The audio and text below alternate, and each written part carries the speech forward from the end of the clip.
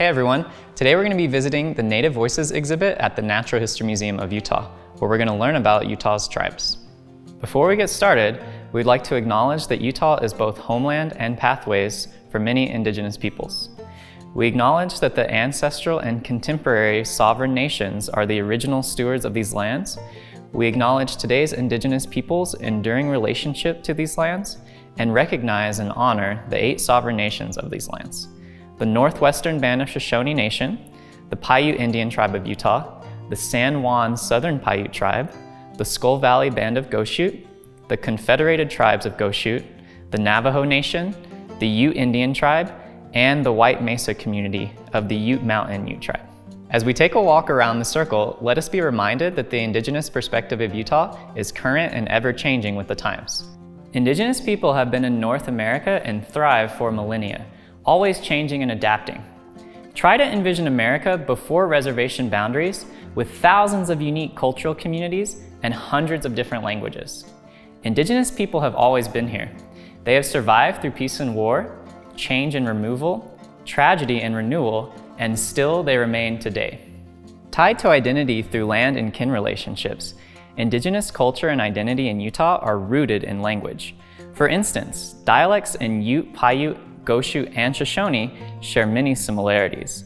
These specific languages, all unique in their dialects, are related in what linguists call Numic languages in the Uto-Aztecan language family.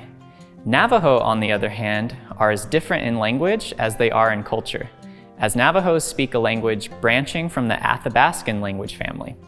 Indigenous languages and culture are all deeply tied to the land and place, as well as their relations.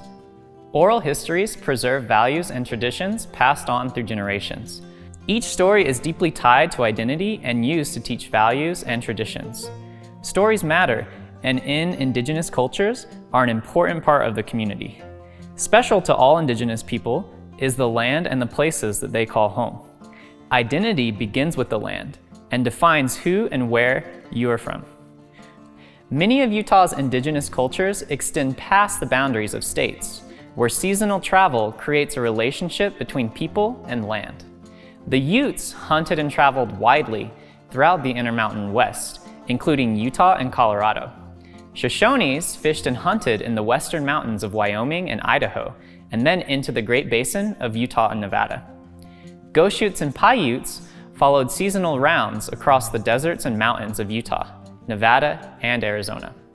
Navajos hunted, gathered, and farmed within their homeland between 4 sacred mountains in Arizona, New Mexico, Colorado, and Utah.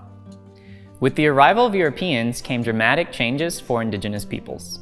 From diseases to trade and war, many lives of indigenous peoples were changed forever as their seasonal travel and resources were disrupted by outsiders.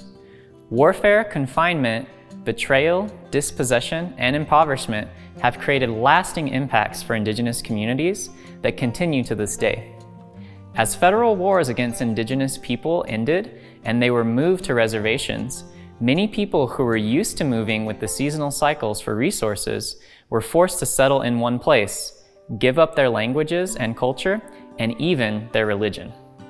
Livelihoods were changed as lands were lost. Treaties established by the federal government required the U.S. to engage with tribes as sovereign nations. Tribal sovereignty refers to the right of indigenous people to govern themselves.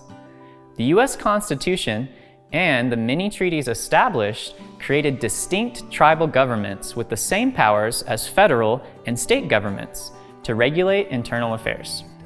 Even so, many indigenous people moved off reservations to pursue urban life, sometimes by force and by choice. Today, more than 2/3 of indigenous peoples live in cities.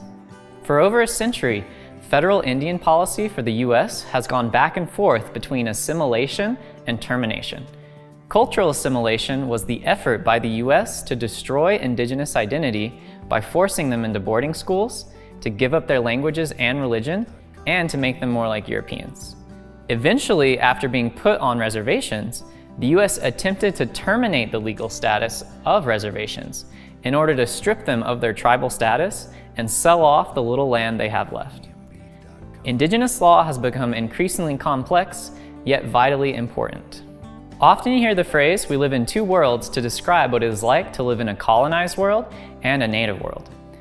Being indigenous in the 21st century America means balancing a distinct heritage with the challenges of today's global institutions and cultures. Utah's indigenous peoples treasure their homelands and political sovereignty. They respect their languages and cultural roots, and they take pride in their families and identities. Still, they seek education, information, work, and technology outside of their communities as they adapt their lives to an ever-changing landscape.